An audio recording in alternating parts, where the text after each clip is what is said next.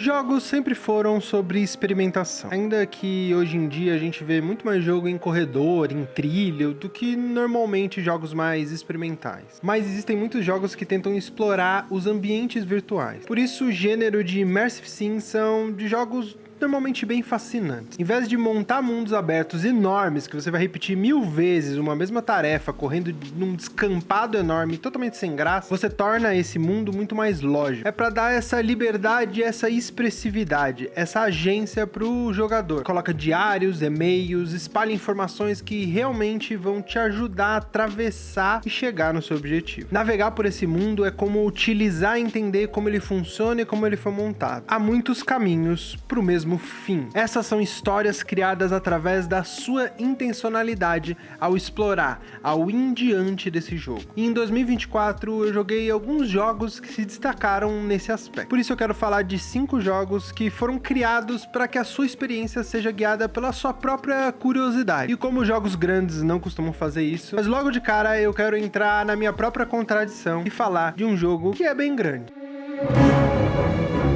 Indiana Jones e o Grande Círculo é um jogo bem grande, de um personagem bem conhecido, mas ele realmente me surpreendeu em muitos aspectos. Não só por ser uma aventura muito melhor que os últimos 30 anos de filmes lançados do Indiana Jones, mas por ser uma obra muito diferente do que se espera de Indiana Jones moderno. Dado que Uncharted e Tomb Raider foram jogos que pegaram emprestada a ideia dessa aventura por tumbas, atirando em inimigos, e acabou apimentando com muito mais explosão, ação, tiro pra tudo quanto é lado, um espetáculo bem Michael Bay. Lançado em 2024 pela Machine Games, desenvolvedora dos últimos jogos de Wolfenstein e apaixonada por matar nazista. Indiana Jones e o Grande Círculo te leva para uma aventura de ação e investigação que mistura furtividade com combate, tendo até parry, já que tudo que a From Software faz, todo mundo repete. Você viaja pelo mundo depois de ter uma das suas antiguidades, que o Indiana meio que obteve, né? Para preservar, essa antiguidade é roubada por um gigante. Isso mesmo, um gigante. Um gigante que tem alguma ligação com o Vaticano. Sua ideia é não ser Uncharted, porque Uncharted é meio chato.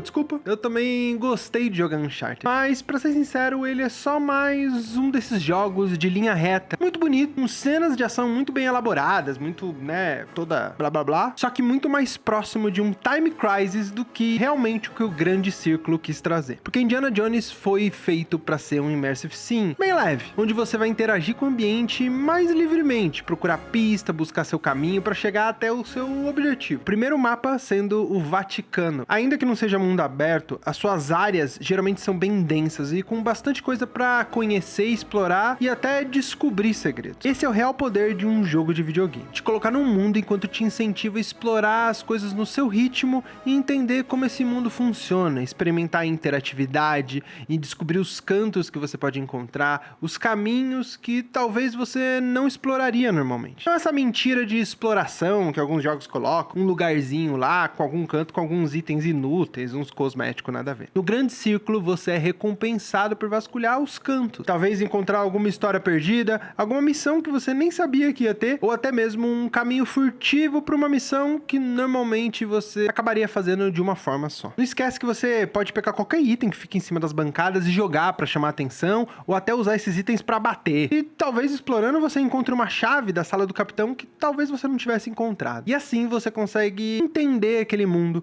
como funciona as regrinhas e os locais. Ele, claro, é bem leve em todos esses aspectos, mas é eficiente em todos eles. Afinal de contas, é um jogo bem caro de uma franquia, de um nome muito grande. Então ele tem essas amarras empresariais, de ser algo mais palatável e que as pessoas não se frustrem tanto. E eu acho muito interessante como a Machine Games pegou e acabou brincando com essa ideia. Tirou um pouco daquela explosão e daquela parte muito mais Michael Bay dos seus jogos, né, dos seus filhos, e acabou seguindo o seu próprio caminho. Você não só vai visitar diferentes lugares do mundo, enquanto descobre que o Indiana Jones, ele até que manja de arqueologia, diferente do seu rival, o rival nazistinha. Ele parece que ele é muito esperto, mas como todo vilão de Indiana Jones, eles acabam, sabe, sendo muito gananciosos. Então, no geral, você pode brigar na mão, dar tiro, chicotear, usar o ambiente pra se esconder, despistar, experimentar suas ideias. Tá sem nada na mão? Pega uma vassoura, quebra na cabeça de um cara, corre pro lado, se esconde, sei lá, se vira, tá ligado? Você pode até roubar a arma dos seus inimigos. Esse é seu espaço pra experimentar. Seu objetivo é encontrar a melhor rota. E não rolar, se vira, dá seus pulos.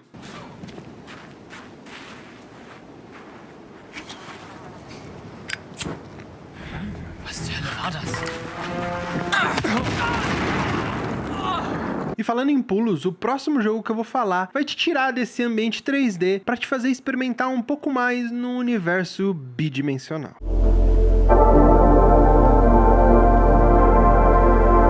Animal Well é um Metroidvania lançado em 2024, feito pela Shared Memory e publicado pela Big Mode, fundada pelo famosíssimo youtuber Videogame Dunk. Esse jogo tira todo o seu poder de enfrentar inimigos, coloca com meia dúzia de apetrechos meio estranhos. No lugar de uma espada, você vai ter um ioiô. Pra atacar seus inimigos, uma biribinha. Ou um disco bom pra atrair cachorros. Sem falar no item mais legal desse jogo todo, que é a varinha de bolha. Que é quase um daqueles brinquedinhos de bolha de sabão que você brincava quando era criança. Ou até mesmo hoje em dia com a AliExpress tem umas armas que faz metralha bolha pra tudo quanto é lá. Sim, parecem itens realmente aleatórios. Mas quando você vai cair nesse poço, você vai descobrir que o jogo não te explica nada. Ele deixa você experimentar o que você encontra. Navegar por esses salões com umas estátuas altas e pensar, caralho, pra que serve uma mola de brinquedo aqui? Esse é outro aspecto de experimentação que eu acho em algum nível fantástico num jogo. Como ele consegue te instigar apenas pela ausência de instrução. Você precisa observar o ambiente e pensar o que fazer, como fazer e quais caminhos para resolver esses enigmas. O mapa ele é aberto para você vasculhar e às vezes acessar lugares que até nem eram previstos. Ambientes virtuais e experimentais de forma extremamente imersiva e dessa vez bidimensional. Mesmo quando você pega o disco que dá na cara de ser para distrair os cachorros que ficam tentando te matar ali, talvez ele tenha uma outra utilidade. Se combinar dois itens, você consegue ativar um botão. Se pular rápido, você consegue meio que montar uma escada infinita. O jogo parece que convida você e te permite a quebrar as suas regras, para que você realmente comece a pensar, talvez eu consiga fazer mais do que normalmente eu tô acostumado nos jogos. Usa a sua imaginação, a sua criatividade e você pode ir muito mais longe. Você não fica pensando, preciso disso pra passar. E você começa a mudar a sua mentalidade pra como eu vou quebrar esse jogo. Você só avança no jogo se você realmente explorar esse mundo, experimentar o que ele tem, porque senão você não tem nenhuma indicação da onde ir e exatamente como fazer, como resolver os problemas daquele mundo.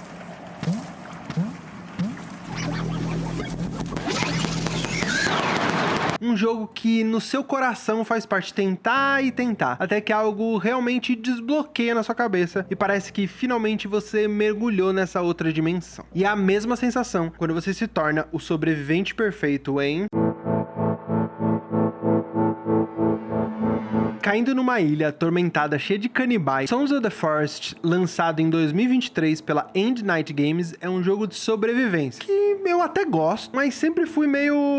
eu viro a cara para a parte que você fica repetindo e repetindo, coletar centenas de itens. Mas foi eu perceber que eu não precisava pegando 500 toras de madeira, e eu poderia simplesmente pular a parte chata e usar um códigozinho para surgir quantas toras eu precisasse para montar o meu forte perfeito. Aí que Sons of the Forest deixou de ser um trabalho 6x1, tornou um jogo realmente divertido. Nada contra quem curte farmar 200 toras de madeira, até fiz no começo, só não é muito minha vibe. Ainda mais que eu joguei grande parte sozinho.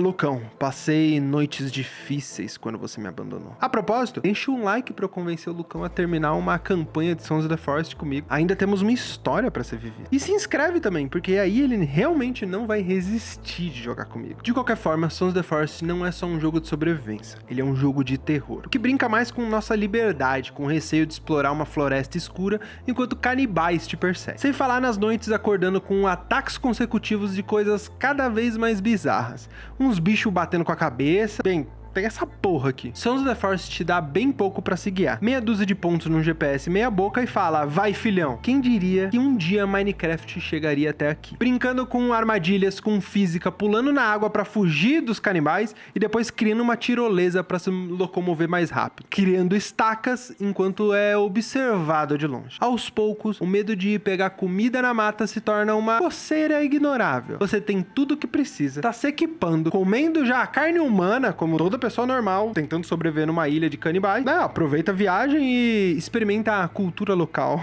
Suas ideias, então, começam a dar frutos pra aquela voz, como você vai se defender. Claro, se você não for tão criativo, tem 75 milhões de guias na internet explicando como você faz fortificações realmente eficientes contra os ataques cada vez mais frequentes de canibais conforme as noites vão passando e você vai, digamos, se rebelando de toda aquela opressão. Seu objetivo, então, é explorar umas cavernas esquisitas que só tem, bem, mais bicho estranho. Experimentar em Sons of the Forest não é um convite, é um desafio, mas que promete te dar uma bela vingança. A promessa de estar armada até os dentes, entrar naquelas cavernas totalmente esquisitas, cheias de demônios e triturar todo mundo. No fundo dessas cavernas, você sempre vai encontrar itens essenciais para te fazer avançar e explorar lugares que você encontrou e talvez não conseguisse acessar. Segredos que vão se juntando com todo o movimento da história, tudo que aconteceu naquele lugar. Você vai descobrindo as pequenas pistas e os pequenos pedacinhos de história que vão se montando conforme você explora. O jogo tá sempre falando para você, e se você for mais longe? Pode descobrir mais. E claro,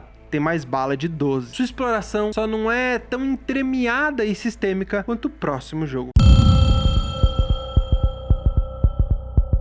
System Shock é um dos pilares dos Immersive Sims. Sua ideia era dar pouca orientação e no lugar entregar um ambiente rico com muitas informações, equipamentos e formas menos direcionadas de descobrir os seus objetivos e como resolver ele. Não é um trilho bem feito e sim um desafio ambiental completo. Pro gênero imersivo, experimentar é a raiz. Você encarna esse hacker, que depois de ser traído por fazer um trabalho que também não era, né, muito bom, você é aprisionado nessa nave, que é uma nave que tem uma IA, graças ao seu hacker, foi liberada de qualquer regra moral. Pra gente ver essa ideia que a IA fosse perder o controle e ferrar todos nós já tava bem antes, desde 1994, quando o jogo original foi lançado. Esse que eu joguei ano passado, ele é um remake lançado em 2023 pela Night Dive. Voltando, a nave Citadel era habitada por pessoas. Suas áreas têm algum sentido. Os relatos que encontra e os inimigos fazem parte de um sistema que parece ter sido corrompido por alguma coisa virtual. É difícil passar pelo jogo sem ficar completamente fascinado por essa vilã causadora de tudo isso. A Shoda, ela tá sempre ali observando você, falando, te desafiando e em muitos aspectos tentando te humilhar, te encurralar pra finalmente conseguir te capturar e te transformar em um dos seus ciborgues escravos. Ela é uma sombra irritante que tá sempre colocando armadilhas e tentando te ferrar. E também pode-se dizer que ela é a mãe da GLaDOS.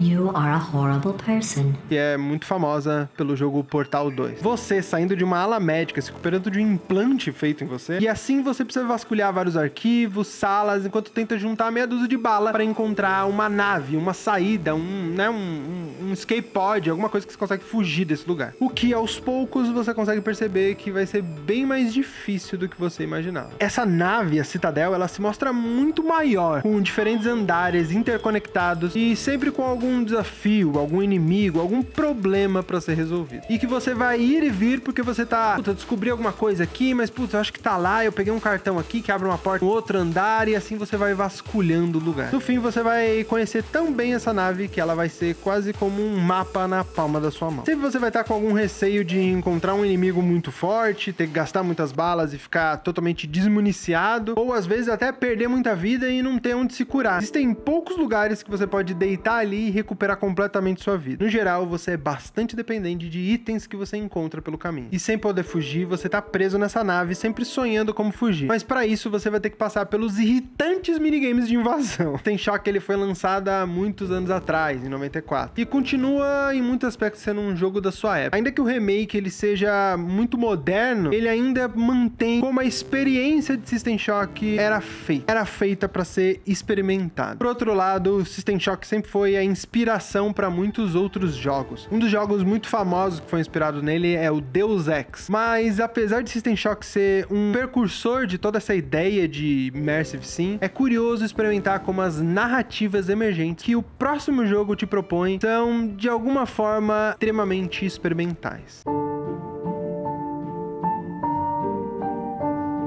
Eu sou um traidor do Dragon's Dogma original. Só caí no hype no segundo jogo e pode dizer que eu não me arrependi nem um pouco. Para ser um jogo bem único do seu tipo, né? Ainda que focado em combate, numa história tem a sua linearidade, a maneira que você interage e vive nesse mundo é completamente imersiva. Não é apenas seguir uma linha reta, você será dado algumas tarefas que precisa realmente explorar e encontrar os caminhos pela cidade. Entender como esse mundo funciona e então explorar. Imagine que você tem um conflito de duas pessoas querendo um item que em algum momento foi roubado. Um é um nobre e o outro é provavelmente a pessoa que roubou. Mas um tempo atrás você descobriu que tem um falsificador ali na cidade, um bagulho meio mercado negro, e você decide, pô, será que se eu conversar com ele eu consigo descobrir alguma coisa? E é nessa exploração, nessa experimentação que você descobre que você consegue sim criar uma cópia falsa do item e conseguir entregar pros dois. Claro, tudo com as suas consequências. Tudo isso não tem uma indicação direta de possibilidade, mas você pode ligar os pontos. Muitas das missões pedem algo, mas não indicam exatamente como encontrar. Outras até falam de um perigo iminente. Meu Deus, o meu filho sumiu, ele foi capturado por lobos ou alguma coisa assim. Mas aí você fala, não, mas eu tô cuidando do negócio, daqui a pouco eu vou ver o garoto. Bem, quando você chegar lá, o garoto foi morto, porque o jogo brinca com o tempo de como esse mundo tenta te colocar que as suas ações têm consequências reais. Você tá nesse mundo virtual. Atravessar o mapa é cansativo. Você precisa de fogueira para se manter, evitar a noite é essencial, principalmente no começo, por causa da quantidade de inimigos. Logo você descobre que nem tudo ali tá pra te agradar. Mas essa é a principal graça de Dragon's Dogma e a sua ideia inicial. Para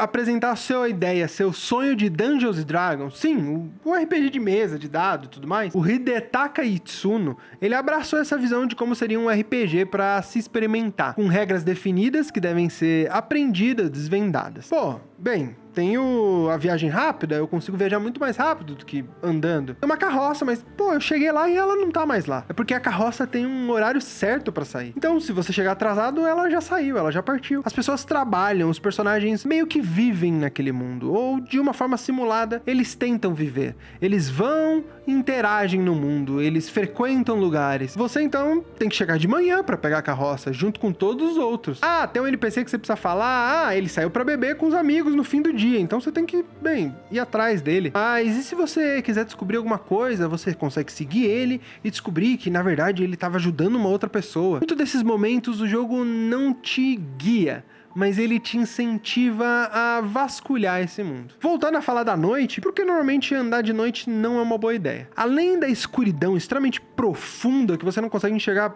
quase nada, você é abarrotado de criaturas, que elas saem de noite pra atacar todos os viajantes, ou aqueles que não conhecem muito as regras desse mundo. Claro, se você tiver poder suficiente, até pode ser legal, mas cuidado, porque pode ficar um pouquinho repetitivo também, ficar matando muitas vezes o mesmo bicho. Tô viajando de carroça, mas, putz, do nada, no meio da carroça, vocês são atacados. Exatamente como viagens de D&D. Então, ele brinca com esse cenário, tentando simular um RPG de mesa, mas ao mesmo tempo de uma maneira muito única. Muito diferente do que um Baldur's Gate, por exemplo, tenta fazer. Você anda com 3 acompanhantes, 3 amigos, ou seu grupinho de aventureiros. Normalmente, o seu peão principal, ou o seu ajudante principal, que você mesmo cria, e mais 2 colegas. Colegas acabam sendo peões de outros personagens online ou alguns peões já criados pela própria Capcom. A ideia então é que com esse grupo você consiga explorar e experimentar de diferentes formas o mundo. Eu sou um mago, então talvez seja interessante você ter um peão te ajudando ali, um guerreiro que consegue ir pra frente com escudo.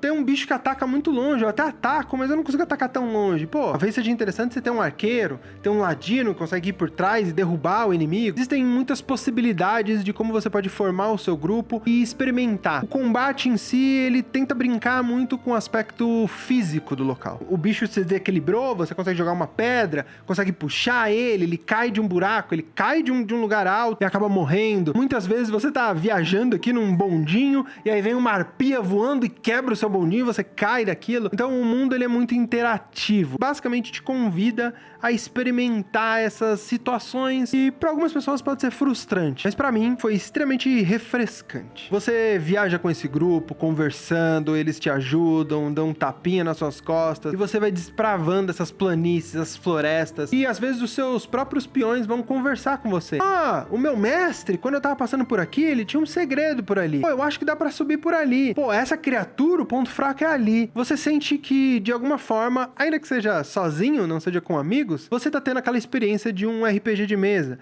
Você tá tendo uma experiência de pequenos personagens viajando junto com você e te ajudando a resolver todos os problemas e os segredos que esse mundo esconde. As suas histórias são suas. Elas são criadas e geradas a partir da sua experiência, da sua intencionalidade. E a melhor parte é quando você tá caindo de lugar grande e você fala, agora eu vou. E o seu peão aparece te pegando no colo e te ajudando. Isso é fantástico. Mas outro aspecto extremamente experimental e interessante de Dragon's Dogma 2 é em si a sua história. Bem, à primeira vista ela é bem simples. Um rei falso tomou o lugar do que seria o próximo rei, que no caso é você. Afinal, você lutou bravamente contra o dragão que atacou a sua vila. Só que, né, você foi morto, porque ele é um dragão muito gigantesco. Só que nesse mundo existe o dogma do dragão. Esse dogma é o pacto que você acaba fazendo de forma não voluntária com esse dragão. O seu coração é roubado e você então precisa derrotar esse dragão para livrar esse mundo e se tornar o soberano. Mas um soberano já existe. Então é aí que a história começa a se tornar intrigante, ainda que seja um tropo bem comum de RPG. O rei mentiroso, o rei falso que você precisa provar qual será o verdadeiro. No caso, você é o verdadeiro. Mas o jogo cresce muito, não só pela experimentação que você vai ter durante a aventura, porque além disso, você começa a colocar o pezinho na água, ele começa a brincar com a ideia de conversar sobre as limitações de jogos de videogame, como elas possuem isso diferente de um jogo de RPG real. É uma metanarrativa muito interessante. Ele é um jogo extremamente único. Você dificilmente vai encontrar um outro jogo desse mesmo jeito, dessa mesma maneira, do que a maioria dos mundos abertos que você encontra por aí, que são mais sets de filmagem feitos para você andar por ali, fazer meia dúzia de objetivos pré-definidos e ir embora. Afinal de contas, é só um set de filmagem. Dragon's Dogma 2 é realmente um jogo para você não perder e não deixar de experimentar. Only believe in your own destiny, Arisen. Show me the path thou wouldst walk.